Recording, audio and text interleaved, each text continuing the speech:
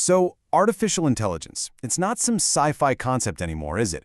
It's here, and it's basically walking right through the front doors of our schools. It's promising to completely change the game, from automating grading to creating personalized lessons for every kid. But with all those big promises come some pretty serious questions. So what is it? Is AI the ultimate teaching assistant we've been waiting for, or is it a genuine threat to real learning? All right, let's get into it. Here's the big question we really have to ask ourselves. Can this technology actually fix the massive problems our schools are facing every single day? We're talking teacher burnout, keeping students engaged, the big stuff. Or is this just the latest shiny tech trend that's looking for a problem to solve?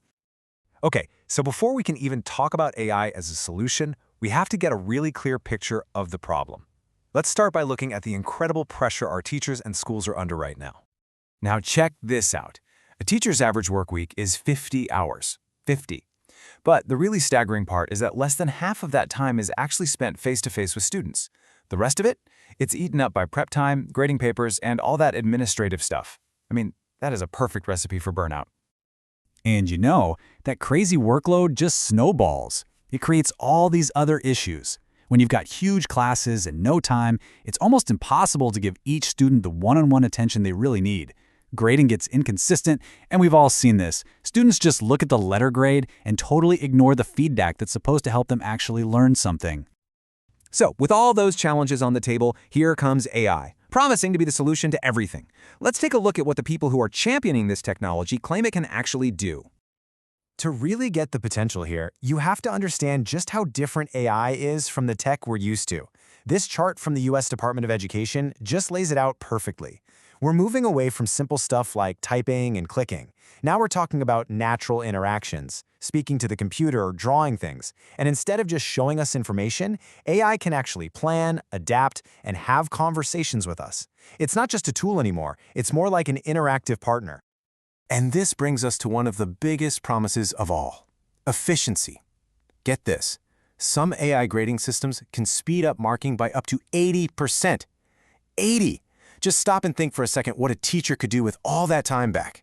More creative lesson plans, more one-on-one support for struggling students, maybe even just a little less burnout. So here's the bottom line. The huge promise of AI is personalization at scale. It offers us vision of a world where every single student gets instant customized feedback to help them improve, all without burying the teacher in a mountain of work. It's a really powerful vision. But does it actually work in the real world? Let's move on from the theory and the promises and see how this stuff is actually being used right now. Because schools and universities all over the world are already putting these tools to the test. Okay, so take Georgia Tech. They had this massive online computer science class, and they were just getting flooded with the same student questions over and over. Their solution? They built an AI teaching assistant they named Jill Watson. They trained her on 40,000 old forum posts, and suddenly, Jill could answer all the routine questions instantly. That freed up the human TAs to focus on the really tough, complex problems.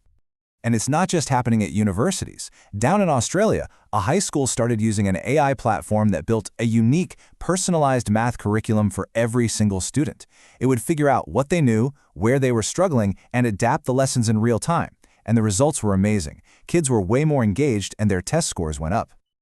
Now this is where it gets really powerful. A community college in Indiana used an AI system to analyze student data right at the beginning of the semester.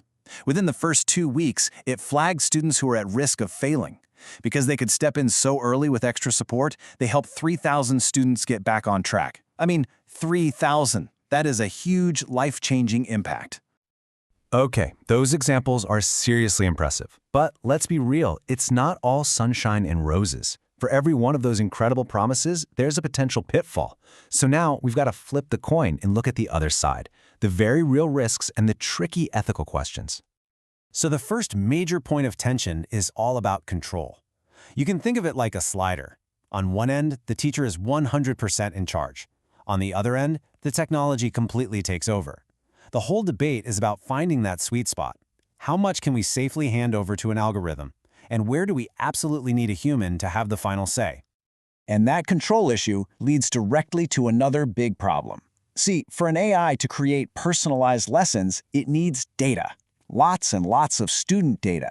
And the very same information that makes the AI so helpful can also be used to create this culture of constant surveillance. So we have to ask, how do we get the benefits without sacrificing student privacy? And honestly, the list of concerns is long, and it's serious. AI models can pick up and even amplify biases that already exist in our society. They can hallucinate, literally make up facts and present them as truth. There's a very real fear that if we rely on these tools too much, students will stop developing their own critical thinking skills. And of course, there's the big one: cheating and academic integrity. And you know, this isn't just a theoretical worry. Listen to what this English teacher wrote on Reddit. They said, "I can't see the benefits in encouraging kids to let something think for them. Kids just aren't savvy enough to use it any other way but to cheat and be lazy." That really gets to the heart of the fear that a lot of educators have right now. So, where does that leave us? You've got this incredible potential on one side and these really scary risks on the other. What's the path forward? Well, the consensus seems to be forming around one single powerful idea.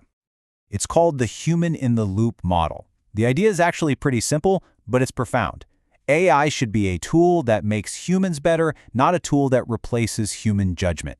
The tech can help out, it can automate the tedious stuff, but the really critical decisions, the final call, has to stay with a person. I absolutely love this analogy from the Department of Education. We shouldn't think about classroom AI like a robot vacuum, something that just does its own thing and we don't have to be involved. No, we should think of it like an electric bike. The person is still pedaling, they're still steering, they are fully in control, but their effort is multiplied. The AI should augment the teacher, not automate them away. In this framework really pulls it all together. You see, students and teachers are right there, smack in the middle. Any technology we use has to align with our actual goals for learning. It has to be fair, transparent, and secure. And wrapped around all of it is that one guiding principle: keeping humans in the loop. So what does that actually look like in a classroom? Well, it boils down to 3 absolute non-negotiables. First, any AI tool has to be inspectable. Teachers need to be able to look under the hood and see what it's doing. Second, it has to be explainable. They need to understand why the AI is suggesting something. And third, and this is maybe the most important, it has to be overridable. A teacher's professional judgment always gets the final say. At the end of the day, this technology is coming. It's not a matter of if it will transform education. It will. The real question is how we're going to guide it. The work ahead isn't about trying to stop it. It's about making conscious, deliberate choices to build a future where AI serves our values, empowers our teachers, and above all, helps every single student learn. That choice is up to us.